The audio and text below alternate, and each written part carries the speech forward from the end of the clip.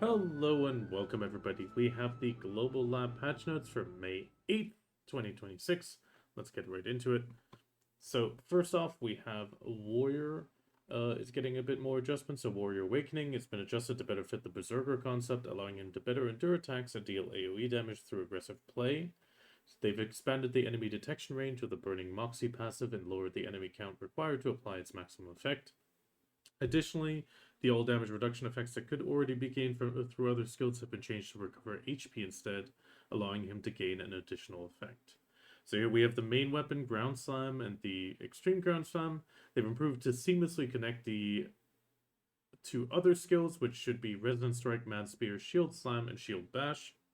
In the case of Awakening itself, the Fierce Momentum, the range at recognizing surrounding enemies when attacking with the Awakening skill has been increased by 1.5 times.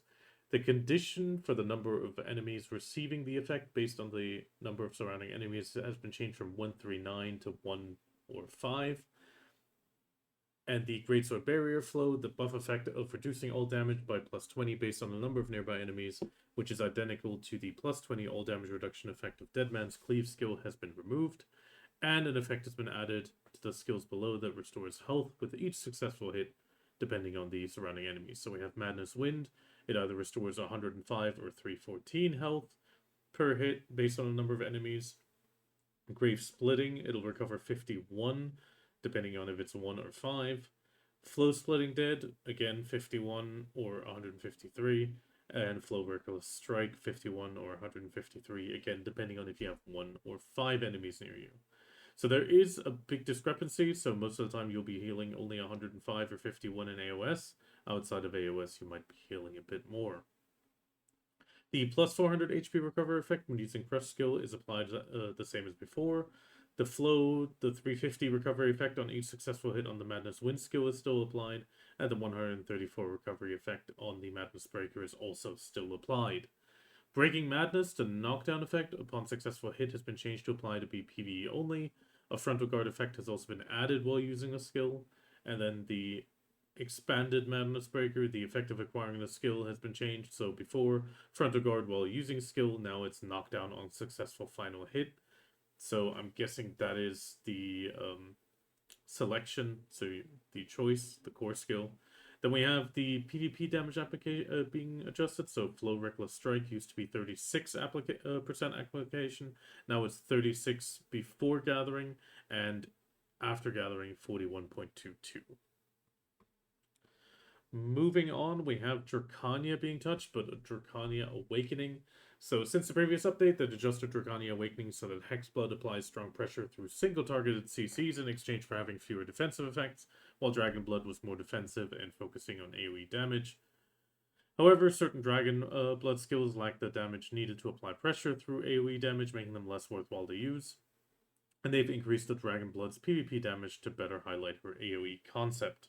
Additionally, Hexy defensive effects have also been adjusted to make it easier to attempt a CC. So common, which will affect succession, I think, as well. The Marthanon's Wings, the stamina consumption should be going from 400 to 250. That is a nice little change. Then we have the Flow Marthanon's Wings for Awakening itself. When used in Tryon state, the movement distance will no longer be decreased even during cooldown. Kind of a letdown there. Legacy Screening, the reuse cooldown has been changed from 4 to 2 seconds so you can swap sooner. The Sharp Proclamation, the launch effect of the first successful hit has been removed, and a Frontal Guard has been added. Float, not launch. The Trump Claw, a Frontal Guard effect has been added. The Bond End of Life in Hexy mode, the effect of acquiring the skill has been changed. So before it was a Frontal Guard while using a skill, now it's Super Armor while using it. The Earth-Splitting Roar in Hexy mode also used to be Frontal Guard, now it's going to be Super Armor. And the Storm Raid, the Defensive Judgment, has also been changed from Invincibility while moving to Invincibility while using the skills into Super Armor. To be honest, then we have the Dragon Blood or Shattering Roar, the down attack effect has been added. And then we have some PvP application changes, so the Dragon Sharp Proclamation going up to 42%, Storm Piercing Spear up to 38%, Harbinger of Destruction up to 18.2, and the Charge of Annihilation up to 34. I feel like this is just hitting the thing exactly the opposite way again. Giving it more frontals and super armors again is like you took them away, now you're adding them again. It feels like a band-aid. But okay, moving on. We have Seraph. So Seraph is being adjusted to address her excessively long mobility when using Vanguard Chase, Dauntless Will, and moving while maintaining defensive effect now requires the use of other skills. So they've adjusted her skills that allow her to initiate one-sided attacks, impelling thrust and surge, requiring adventurers to approach attacks more carefully. Additionally, the Horizon Slash, which could trigger multiple CC effects, and Mark of Judgment, a core skill that allowed her to extend CC combos, have had their CC capabilities reduced.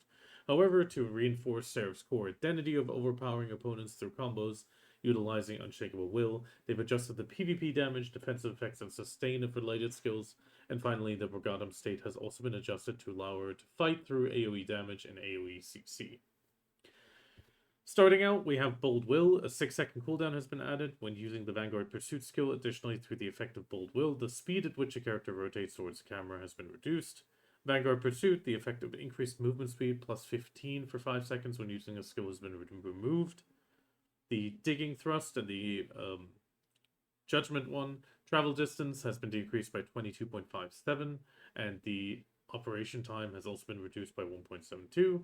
Digging Upward Slash and the Seraph version, the travel distance has been decreased by 10.37%, and the skill time by 8.13. The knockback effect on successful hit has also been removed. Upward Cut, a super armor effect has been added while using a skill. Horizon Cut, the attack judgment has also been changed to knockback on 2 successful hits, not just on 1. Branding, they have down smash effect being removed, and the following skills have been modified to include health recovery for every successful hit. So Horizon Cut used to have 500 per hit on successful strike for a total of 3 hits, now it will be 200. The Flow Penetrating Slash used to have 100 on successful hit with a total of 2, now it will be 300 with a total of 2. And the Link Crush didn't have one, and now will recover 300 per hit with a total of 3 hits. Talking about Purgatum, the Bloodstained Heart, the effect of the skill has been added to apply the Mark of Purification and Judgment of Justice as well.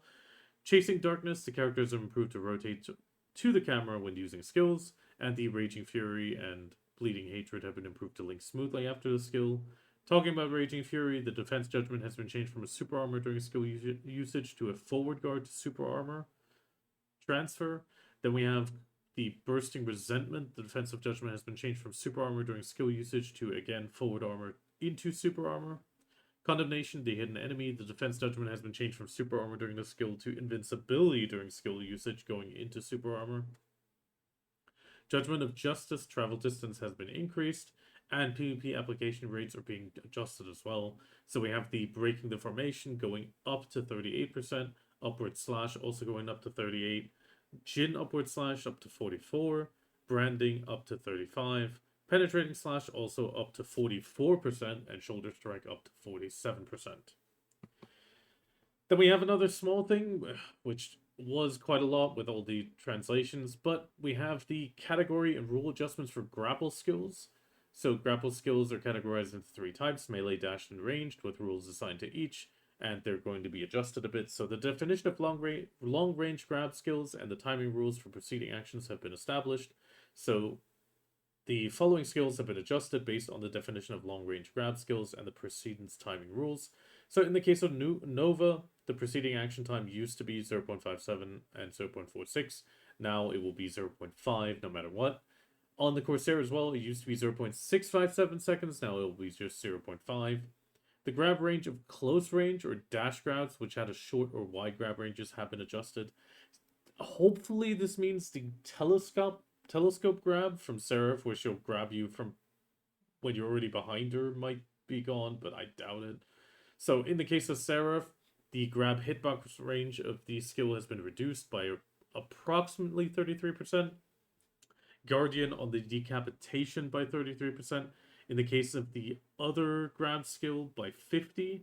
Then Kunoichi Ninja, the grab hitbox of the Otherworldly Fall, has been increased by approximately 20%. Oh, actually, sorry. The grab skill has been increased on Guardian by 50%, but the decapitation has been reduced. That was a mix-up on my end.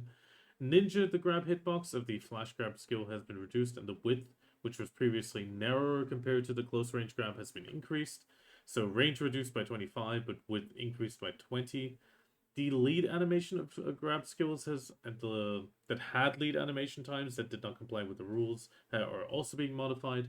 So in the case of Ninja, they fixed an issue where the pre-action time of Flashbind skill was applied 0.11 seconds longer than intended. Who would notice 0.1 seconds? But okay, Fighter fixed an issue where the lead animation time of the heavy pressure skill used in Gauntlet Stance was applied 0.1 seconds longer. So they fixed an issue where this was applied. Corsair, the mind-binding kill skill, has been changed to have the same lead time regardless of which skill it is linked to. And Guardian Decapitation has been changed to have the same preceding action time regardless of which skill it's linked to. So grab skills, which previously had a slightly different lead times when linked after other skills, have also been changed to have the same lead time regardless of, well, flow. Skills that previously had incorrect follow-up action timings of 0.4 seconds upon a failed grab have been corrected to comply with the rules. So this should be, I believe, Lawn. They fixed an issue where it was possible to chain to another skill within 0.4 seconds even after the grab failed when using the Sky Kick skill. And on Ninja, they fixed an issue where super armor effect applied when failing to grab with the flash grab skill was lasting also 0.4 seconds longer. Additionally, the issue where the follow-up action time applied when the grab failed was slightly shorter or longer has also been fixed. Talking about regular class modification and changes, so on Warrior they apparently fixed an issue where the animation of the Battle Piercing Spear skill appeared abnormal. Madness Break, they fixed an issue with the additional health recovery effect being applied based on the number of surrounding enemies when Madness wins skill, pretty much what was mentioned up top. They fixed an issue where Spirit would be restored on Warrior, even if the hit was unsuccessful when using Balancing Strike, Scorching, Flow Armor Break, or Flow Knee Kick skills, if there were enemies nearby. Sorcerer, they fixed an issue where the PvP application rate of the Liberate Darkness skill was displayed as reduction rate. I believe that was Lawn again. They fixed an issue where it was possible to chain into other skills before the hit was applied when using Sky Touch or Stomp. Actually, that might be Meiwa. Ooh, either Meiwa or Tamer, actually. I might be a bit off with that translation, so that other change on the grab might have also been Tamer. Okay, moving on though, we have Ninja. They fixed an issue where the invincibility effect was not applied immediately after a successful grabbing with the Blinding Flash skill. Valkyrie Black Spirit, they fixed an issue where the super armor timing of the Holy Earth skill was being applied for too short of a duration. Then they had an issue with the second hit of the Extreme Light Slash would intermittently not activate while being hit, also being alleviated. Then there was an issue with the name of the skill of Changbak Training was displayed as Changbak Training, oh god, in the fighting skill information, also being fixed. Drakania, they fixed the issue where the second hit of the first scale stab skill could not be chained into certain skills. So they still haven't fixed the Ayang recovery. And then finally, Wukong, they fixed an issue while the Great Sage equal to Heaven State, so Buddha State, the action of re-entering the Great Sage equal to Heaven State would be deactivated if the control keys were pressed in certain situations. Then there's a small content heads up. We have the Wukong and Lan coming on the tag rotation. Nothing too crazy there. Then we have the new item, the Star of Nostos. The Star of Nostos can be equipped to your campsite and allows you to instantly teleport to your residence or manor. After finishing your preparations, you can use it to return to your campsite, to where your campsite was placed. We hope this proves useful in various situations, such as when you reach your weight limit while gathering and need to organize your inventory, or when you want to apply furniture buffs that cannot be converted into Blessing of Mystic Beasts. Materials for crafting Star of Nostos can be obtained through gathering. To help dedicated gatherers earn more, these materials can be traded on Central Market, and additionally they have increased the amount obtained from certain various materials and special gatherables that felt somewhat lacking, so we're going to see that in Part 2. Fairy's Breath, a byproduct of gathering, was often exchanged for sharp black crystal shards by many adventurers. Fairy's Breath will be improved so it can be exchanged for a wider variety of items beside these sharps. You can now also obtain new Fairy's Breath from gathering. While this item cannot be exchanged for sharp black crystal shards, the amount of shards obtained directly from gathering have been increased instead. Okay, so we'll be going through that. So the new item, the Nature of Spirits of the Black Desert World, have discovered a mysterious power that opens the gates of return with the 6 life-giving essences of nature harmonized into one.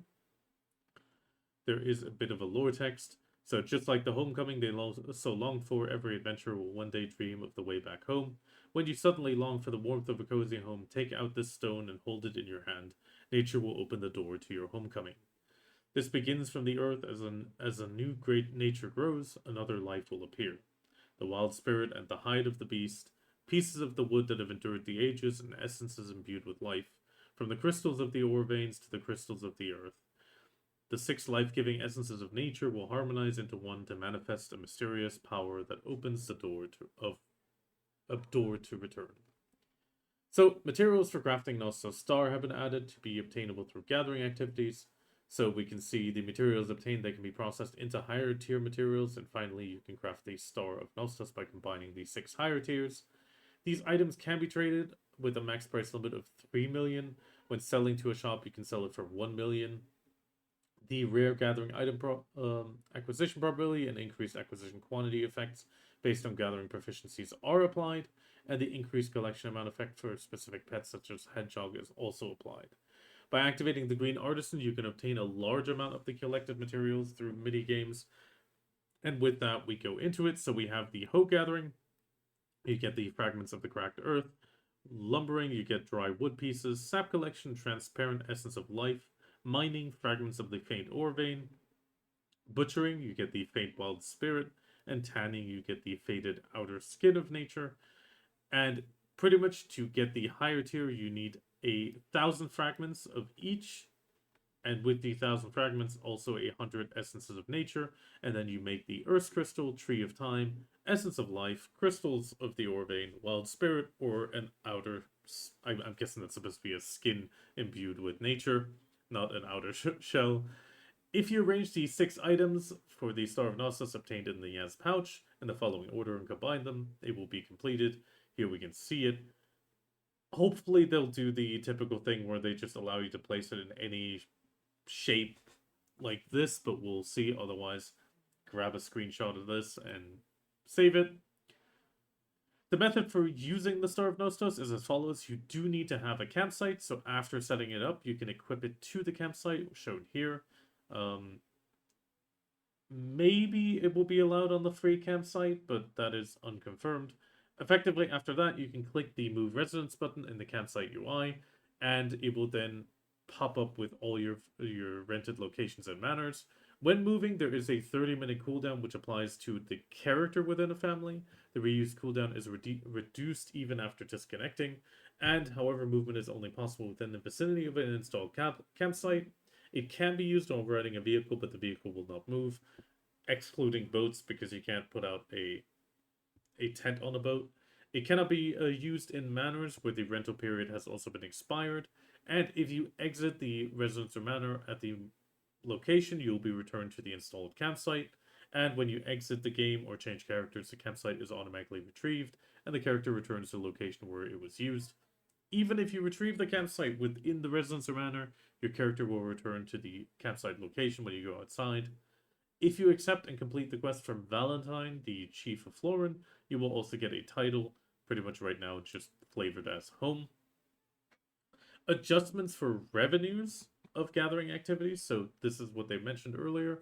So we have Traces of Nature being increased from 1 to 1 to 2. In the case of Hoe Gathering, we have Black Crystal Fragments being increased by 85%, Sharp Fragments by 669%, Fruits of Nature going from 1 to 1 to 2, Fairy's Breath has also been increased by 20%, but remember, it's going to be a slightly different Fairy's Breath. In the case of Lumbering, the logs are going from 1 to 2 to 2 to 4.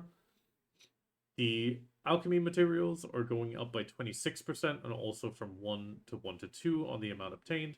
Kaphra Stones probability going up by 107%, also going to 1 to 2. Ancient Spirit Powder doing the same. Sharp Black Crystal Fragments going up by 747% acquisition probability, and the Fairy's Breath by 10. Sap Collection, we see an increase of the alchemy materials by 26%, and also the 1 to 2 change. Kaphra Stones up by 78% with the 1 to 2, same for the Dust. Sharp Black Crystal Fragments going up by 777%, Fairy's Breath only by 9.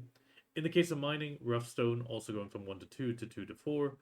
Increased acquisition of 55 of the black crystal fragments, sharp black crystal fragments by 528, Fairy's Breath by 7. The rough stone in the case of the coral stone crab will go to 1 to 2, and the acquisition probability of the Rusalka coral will go up by 10% as well. Butchering black crystal fragments, the acquisition is being increased by 95%. Sharp black crystal fragments by 1,345. That is a lot for regular butchering. Fairy's Breath going up by 36%. Blood collection, the black crystal fragments are going up by 175%. Sharp black crystal fragments also up a lot by 1,361. And Fairy's Breath going up by 36%. And finally, we have tanning. Black crystal fragments going up by 105. Sharp black crystal fragments by 1,215% acquisition probability. And the Fairy's Breath going up by 36. We mentioned it, the Fairy's Breath exchange. So now we have the Sleeping Fairy's Breath. With the new exchange, we have some more stuff. Effectively, you can exchange it for wild grass. Very important for the forest path wagon. A lot of people struggle getting wild grass. Now you will get 30 for an exchange of 10. That is actually quite nice. You can also get logs for 20, rough stone for 12, fruits of nature for 1, and traces of nature for 1. And otherwise, the good old contribution experience and gathering experience is still there. Overall, this is quite interesting because I do know wild grasses and logs are usually sold out in most servers, so this could be mixing up the market significantly. Also, the description for following items have been improved, which is Delicacy, Unknown Catalyst, or Mysterious Catalyst, the Lush Leaves, the Discarded Glass Bottles, the Wild Star, and Fairy's Breath has been changed. The usage descriptions for the Ocean Barter Goods and Tier 7 Trade Goods have improved to be more accurate. And then we also have the schedule. The Faded Battlefield tokens are being removed, just as a reminder. Monster Zone-wise, we have some loot being changed. So loot can be obtained by gathering and defeating the Adania Rock Elephants and the Valencia Female Elephants.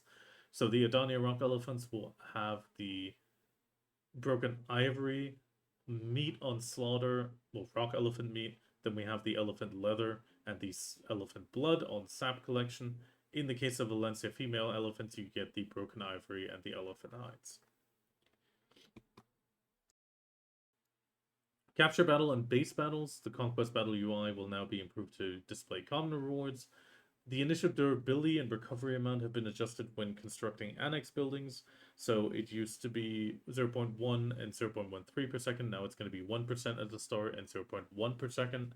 They also fixed an issue with the death time, survival time, as certain adventures appeared awkwardly in the results UI. They also fixed some issues where the fixed damage dealt by flame towers, divine arrows, elephants, and base battles was not reflected in the results UI.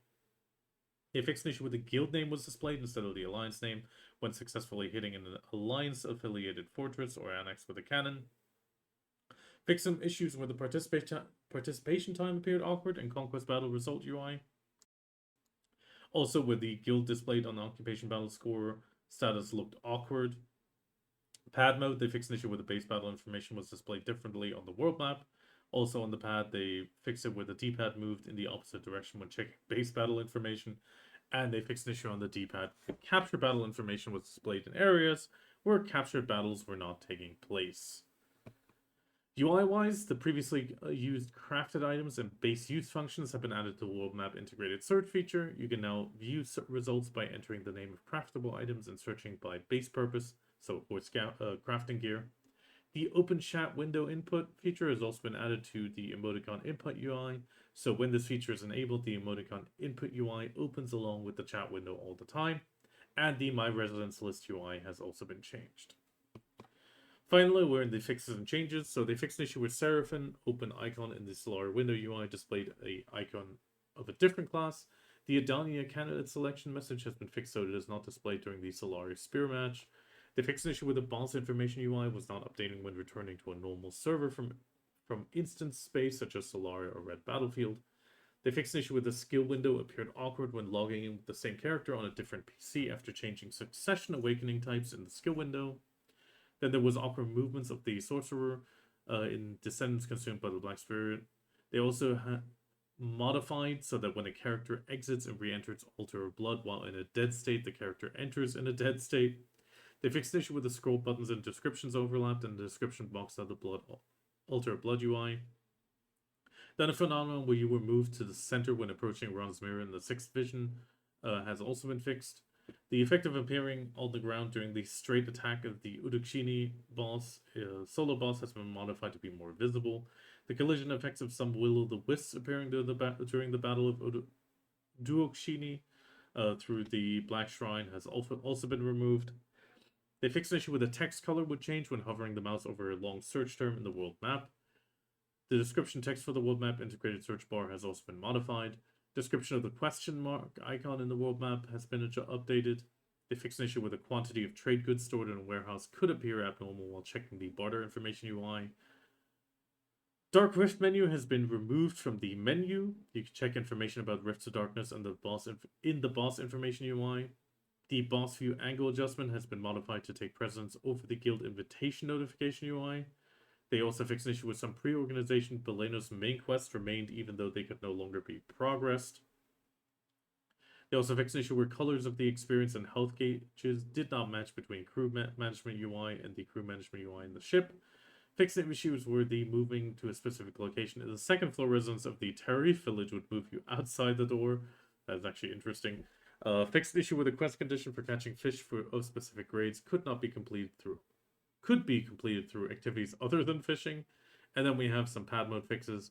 One in the warehouse UI and snapping on the Royal Workshop. Then one where snapping behaved awkwardly in UIs while scrolling.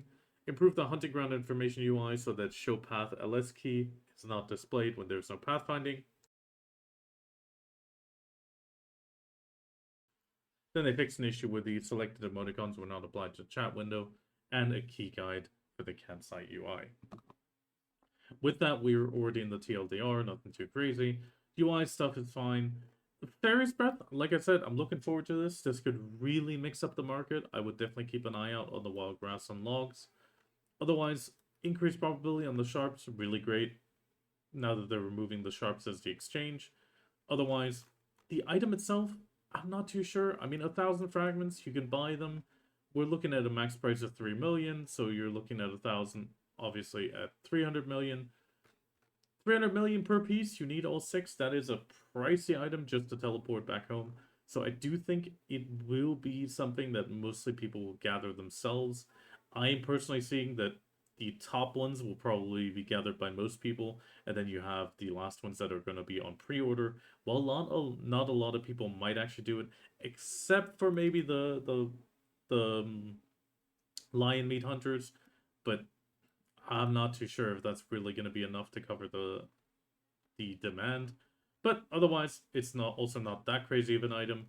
Otherwise, class changes, the grab changes, hopefully it'll improve it. I still feel the one thing that needs to change is when a character is on the floor and in the process of getting up, they should not be able to grab.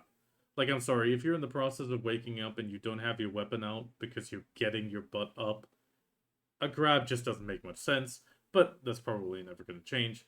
Seraph changes, hopefully. I mean, she's been running circles and still does damage.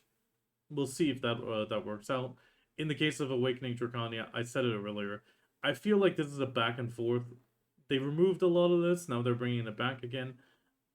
Especially with the PvP application rate going up. I'm not too sure. Like, I feel Awakening Drakania is just going to be the better form again, which is kind of sad. Then we finally have the warrior changes.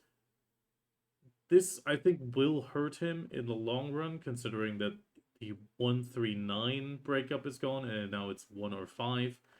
It means you won't be able to get a benefit during the AOS. But otherwise, we'll have to see. We'll see pretty much overall. And with that, I wish you the best of luck, and do check out the markets, be careful, and don't get surprised.